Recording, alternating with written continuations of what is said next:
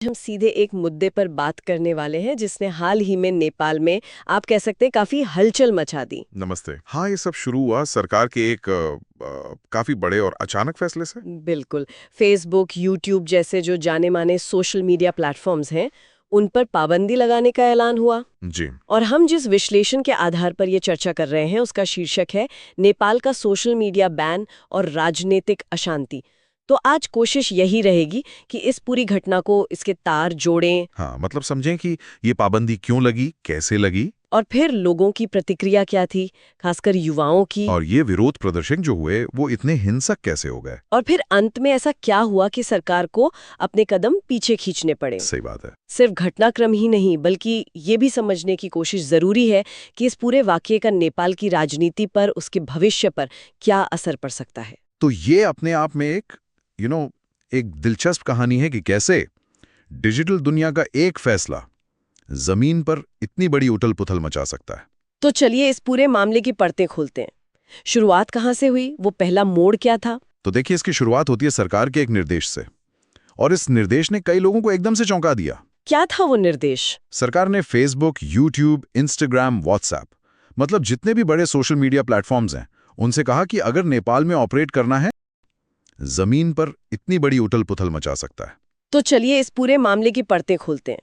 शुरुआत कहाँ से हुई, वो पहला मोड़ क्या था? तो देखिए, इसकी शुरुआत होती है सरकार के एक निर्देश से, और इस निर्देश ने कई लोगों को एकदम से चौंका दिया। क्या था वो निर्देश? सरकार ने फेसबुक, यूट्यूब, इंस्टाग्राम, व्हाट्सएप, मतलब जितने भी बड़े सोशल मीडिया प्लेटफॉर्म्स हैं, उनसे कहा कि अगर नेपाल में ऑपरेट करना है तो सरकारी तौर पर रजिस्ट्रेशन करवाना होगा, अनिवार्य। अच्छा, मतलब एक तरह की शर्त लगा दी कि रजिस्टर करो वरना आपका प्लेटफॉर्म बंद कर दिया जाएगा। स्रोत सीधे तौर पर सरकार की मंशा पर कोई टिप्पणी नहीं करता, लेकिन वो ये साफ बताता है कि ये प्रक्रिया अनिवार्य थी। और जिन्होंने नहीं किया या नहीं कर पाए, उन पर बैन लगा दिया गया। बस एकदम से लाखों लोगों के लिए सारे प्लेटफॉर्म्स बंद, पहुंच से बाहर हो गए। ये तो बहुत बड़ा कदम था।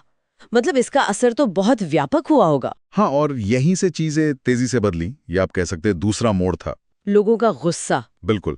जैसे ही ये बैन लगा, इसकी प्रतिक्रिया आप कह सकते लगभग तुरंत हुई, और बहुत तीखी। खासकर युवाओं में, है ना, जेनजी जिसे कहते हैं। जी हाँ, उनमें जबरदस्त नाराजगी देखने को मिली।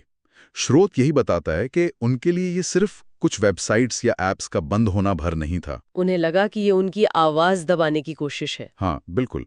अभिव्यक्ति की स्वतंत्रता पर सीधा हमला, ये महसूस किया गया। ये समझना जरूरी है, आजकल युवाओं के लिए सोशल मीडिया सिर्फ टाइम पास या दोस्तों से गपशप की जगह नहीं है। सही कहा। ये जानकारी का, अपने विचार रखने का, यहाँ तक कि सामाजिक और राजनीतिक मुद्दों पर संगठित होने का भी एक बहुत अहम मंच बन गया है। और नेपाल में भी ऐसा ही है। हाँ, स्रोत इस बात पर जोर देता है, खासकर शहरी युवाओं के बीच ये राजनीतिक विमर्श और सामाजिक सक्रियता का एक महत्वपूर्ण जरिया बन चुका था। कई छोटे मोटे बिजनेस भी तो इन पर निर्भर थे। तो इसे सिर्फ एंटरटेनमेंट पर रोक की तरह नहीं देखा गया होगा। बिल्कुल नहीं। इसे अपनी रोजमर्रा की जिंदगी पर, अपनी कमाई पर और अपनी आजादी पर एक चोट की तरह महसूस किया गया। शायद सरकार ने इस रिएक्शन की गहराई का अंदाजा नहीं लगाया था। तो जाहिर है ये गुस्सा सिर्फ ऑनलाइन कमेंट्स या बहस तक तो सीमित नहीं रहा होगा। ये था तीसरा मोड़। नहीं, बिल्कुल नहीं। ये गुस्सा बहुत तेजी से डिजिटल दुनिया से निकलकर सड़कों पर आ गया। विरोध प्रदर्शन। हाँ जी, राजधानी काठमांडू में और साथ ही पोखरा, विराटनगर जैसे दूसरे शहरों में भी बड़े पैमाने पर विरोध प्रदर्शन शुरू हो गए। हजारों की संख्या में लोग, खासकर युवा, सड़कों पर उतर आए। शुरुआत में शांतिपूर्ण रहे होंगे। स्रोत के अनुसार शुरुआत में हाँ शांतिपूर्ण ही थे।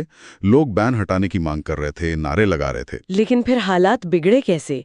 ये शांतिपूर्ण प्रदर्शन हिंसा में कैसे बदल गए? यहीं पर स्थिति ने एक गंभीर मोड़ लिया। यह था चौथा मोड़, जब हालात बिगड़ने लगे। स्रोत बताता है कि कई जगहों पर प्रदर्शनकारियों और सुरक्षा बलों के बीच तनाव बढ़ गया। झड़पें हुई। हाँ, कुछ जगहों पर पथराव की खबरें आईं, जिसके जवाब में फिर पुलिस ने बल प्रयोग किया, लाठीचार्ज, आंसू गैस, और देखते ही देखते स्थिति कई जगह नियंत्रण से बाहर होने लगी। झड़पें हिंसक हो गईं। और ये सिर्फ काठमांडू तक सीमित नहीं था। नहीं, यही महत्वपूर्ण बात है। यह अशांति सिर्फ राजधानी तक सीमित नहीं रही, बल्कि देश के कई हिस्सों में फैल गई। इससे पता चलता है कि गुस्सा कितना ज्यादा और कितना व्यापक था। और फिर स्थिति और भी ज्यादा गंभीर हो गई। कर्फ्यू और गोलीबारी की खबरें आईं। हाँ, ये इस पूरे घटनाक्रम का सबसे दुखद और आप कह सकते हैं भयावह पहलू था।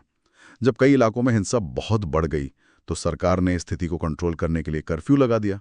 लेकिन प्रदर्शन रुके नहीं। नहीं, प्रदर्शन जारी रहे और स्रोत के मुताबिक इसी दौरान कुछ जगहों पर पुलिस ने भीड़ पर गोलियां चलाईं। गोलियां चलाईं। जी, ये एक ऐसी घटना थी जिसने वाकई पूरे देश को हिलाकर रख दिया। ये तो बहुत ही गंभीर बात है। कितने लोगों की मौतें हुई, स्रोत क्या कहता है? स्रोत बताता है कि इन घटनाओं में कम से कम 19 लोगों की मौत हो गई और सैकड़ों लोग घायल हुए। 19 मौतें? हाँ, इन आंकड़ों ने माहौल को और ज्यादा तनावपूर्ण बना दिया। अब बात सिर्फ सोशल मीडिया बैन के विरोध की नहीं रह गई थी। अब ये सरकार की प्रतिक्रिया, उसके बल प्रयोग पर सवाल बन गया था। बिल्कुल, इस हिंसा ने सरकार पर जबरदस्त दबाव डाल दिया। और ये दबाव ऐसे समय में आया जब सरकार पहले से ही थोड़ी मुश्किल में थी, है ना? भ्रष्टाचार वगैरह के आरोप। हाँ, यहीं पर पांचवा मोड़ आता है। हमें उस पृष्ठभूमि को भी समझना होगा जिसमें ये सब हो रहा था। प्रधानमंत्री केपी शर्मा ओली की जो सरकार थी, उस पर पहले से ही भ्रष्टाचार के, भाई भतीजावाद यानी नेपोटिज्म के और बढ़ती बेरोजगारी को लेकर गंभीर आरोप लग रहे थे। तो लोगों में एक असंतोष पहले से था। जी जी, एक तरह का असंतोष पहले से ही पनप रहा था। तो ये जो सोशल मीडिया बैन हुआ और उसके बाद जो हिंसा हुई, उसने जैसे उस दबे हुए गुस्से को एक चिंगारी दे दी। तो क्या इस बढ़ते दबाव का कोई तुरंत राजनीतिक असर भी दिखा? हाँ, एक बड़ा असर देखने को मिला। चारों तरफ से आलोचना हो रही थी, विरोध बढ़ता जा रहा था। तो इसी बीच नेपाल के गृह मंत्री रमेश लेठक, उन्होंने अपने पद से इस्तीफा दे दिया। गृह मंत्री का इस्तीफा, ये तो बड़ी बात है। बहुत बड़ी बात। स्रोत इसे सरकार के भीतर बढ़ते संकट और बाहरी दबाव के एक साफ संकेत के रूप में देखता है। ये सिर्फ एक मंत्री का इस्तीफा नहीं था, इसे सरकार की पकड़ कमजोर होने और शायद नीति पर अंदरूनी असहमति के तौर पर भी देखा गया। मतलब सरकार पर दबाव बहुत ज्यादा बढ़ गया था, अंदर से भी और बाहर से भी। हाँ, जबरदस्त दबाव बन चुका था। तो इस्तीफा हुआ, इतनी हिंसा हुई, लगातार विरोध प्रदर्शन, आखिरकार सरकार ने क्या किया? यहीं छठा मोड़ आया। बिल्कुल, इस लगातार बढ़ते दबाव, अंतर्राष्ट्रीय स्तर पर भी आलोचना हो रही थी और देश के अंदर कानून व्यवस्था की स्थिति बिगड़ रही थी। इन सब को देखते हुए सरकार को आखिरकार पीछे हटना पड़ा। उन्होंने बैन हटा लिया। जी, उन्होंने सोशल मीडिया प्लेटफॉर्म्स पर जो प्रतिबंध लगाया था, उसे वापस ले लिया। यानी जिस मांग को लेकर ये सारा हंगामा शुरू हुआ था, वो मांग मान ली गई। हाँ, स्रोत इसे सीधे तौर पर जन दबाव और विरोध प्रदर्शनों की शक्ति की जीत के रूप में ही दिखाता है। ये दिखाता है कि जब नागरिक, खासकर युवा, संगठित होकर आवाज उठाते हैं तो सरकार को सुनना पड़ता है। लोकतंत्र में यही होता है। हाँ, भली शुरुआत में सरकार का रवैया कितना भी सख्त क्यों न रहा हो। ये डिजिटल युग में नागरिक सक्रियता की ताकत का भी एक अच्छा उदाहरण है। तो बैन हट गया, क्या इसके बाद सब कुछ ठीक हो गया? मामला शांत हो गया, प्रदर्शन रुक गए? हाँ, यहीं पर कहानी एक नया मोड़ लेती है। 7वां और शायद सबसे पेचीदा मोड़। अच्छा। बैन हटना तात्कालिक राहत तो थी, इसमें कोई शक नहीं।